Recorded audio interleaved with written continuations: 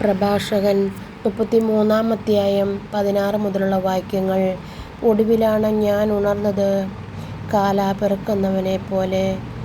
ഞാൻ മുന്തിരിപ്പഴം ശേഖരിക്കുന്നവരുടെ പിന്നിലായി. എന്നാൽ കർത്താവിൻ്റെ അനുഗ്രഹം നിമിത്തം ഞാൻ മുൻപന്തിയിലെത്തി. മുന്തിരിപ്പഴം ശേഖരിക്കുന്നവനെപ്പോലെ ചാക്കു നിറച്ചു. എനിക്കു വേണ്ടി മാത്രമല്ല, ഉപദേശം ആരായുന്ന എല്ലാവർക്കും വേണ്ടിയാണ് ഞാൻ അധ്വാനിച്ചത്. ശ്രേഷ്ഠന്മാരെ, സമൂഹ നേതാക്കളെ, എൻ്റെ വാക്കു കേൾക്കുവിൻ. ജീവിതകാലത്തിലൊരിക്കലെങ്കിലും പുത്രനോ ഭാര്യയ്ക്കോ സഹോദരനോ സ്നേഹിതനോ നിന്റെ മേൽ അധികാരം കൊടുക്കരുത്. വസ്തുവകകളും നൽകരുത്. നീ മനസ്സുമാറി തിരികെ ചോദിച്ചേക്കാം. ശ്വാസം പോകുന്നതുവരെ നിന്റെ സ്ഥാനം കരസ്ഥമാക്കാൻ ആരെയും അനുവദിക്കരുത്. മക്കളെ ആശ്രയിക്കുന്നതിനേക്കാൾ നല്ലത് അവർ നിന്നെ ആശ്രയിക്കുന്നതാണ്. ചെയ്യുന്നതിനെല്ലാം ശ്രേഷ്ഠത കൈവരിക്കുക. കീർത്തിക്ക് കളങ്കം വരുത്തരുത്. ജീവിതാന്ത്യത്തിൽ മരണനാഴികയിൽ സ്വത്ത് വിഭജിച്ചു കൊടുക്കുക. കഴുതയ്ക്കു തീറ്റിയും വടിയും ചുമടും ദാസന് ആഹാരവും ശിക്ഷയും ജോലിയും. അടിമയെക്കൊണ്ട് വേല ചെയ്യിച്ചാൽ നിനക്ക് വിശ്രമിക്കാം. അലസനായി വിട്ടാൽ അവൻ സ്വതന്ത്രനാകാൻ നോക്കും.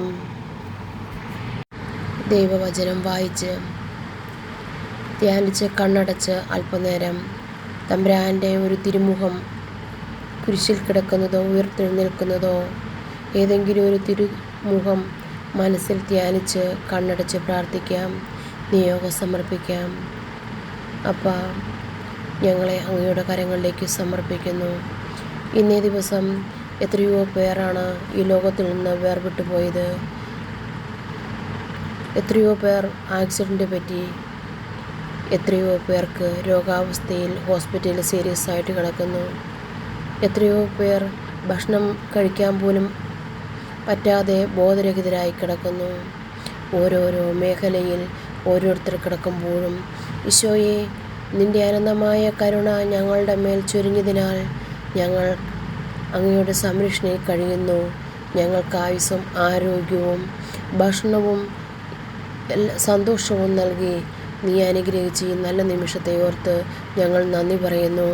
ഈശോയെ, അങ്ങ് നിൽക്കുന്ന ഓരോ നിമിഷത്തിനും നന്ദി പറഞ്ഞ് ഓരോ ചെറിയ കാര്യത്തിനും നന്ദിയുള്ളവരായി ജീവിക്കുവാൻ ഞങ്ങളെ അനുഗ്രഹിക്കുന്ന അങ്ങയുടെ അനന്ത പരിപാലനയ്ക്ക് നന്ദി പറയുന്നു. ഞങ്ങളെ ഈ ലോകത്തിൽ നിന്ന് അങ്ങ് വേർപെടുത്തി സംരക്ഷിച്ച് ആയുസ്സും ആരോഗ്യവും തന്ന് ഞങ്ങളെ പരിപാലിച്ച പൊന്നു തമ്പുരാൻ അറിയാം ഞങ്ങളുടെ ആവശ്യങ്ങളും നിയോഗങ്ങളും. ഈശോയെ, ഞങ്ങളുടെ എല്ലാ ആവശ്യങ്ങളും നിയോഗങ്ങളും നിങ്ങൾ അങ്ങയുടെ കരങ്ങളിലേക്ക് സമർപ്പിക്കുന്നു. ഞങ്ങളുടെ ഭവനത്തെ സമർപ്പിക്കുന്നു. അങ്ങയുടെ മക്കൾ താമസിക്കുന്ന ഭവനത്തെ അനുഗ്രഹിക്കണമേ. ഞങ്ങളുടെ ദേശവാസികളെ അനുഗ്രഹിക്കണമേ. നാഥാ, ഒരു ക്ഷുദ്രജീവികൾക്കും പൈശാചിക ശക്തികൾക്കും ശത്രുക്കൾക്കും ഞങ്ങളെ തൊടാൻ അനുവദിക്കരുതേ. അങ്ങയുടെ തിരുരക്തക്കോട്ടയാൽ സംരക്ഷിക്കണമേ.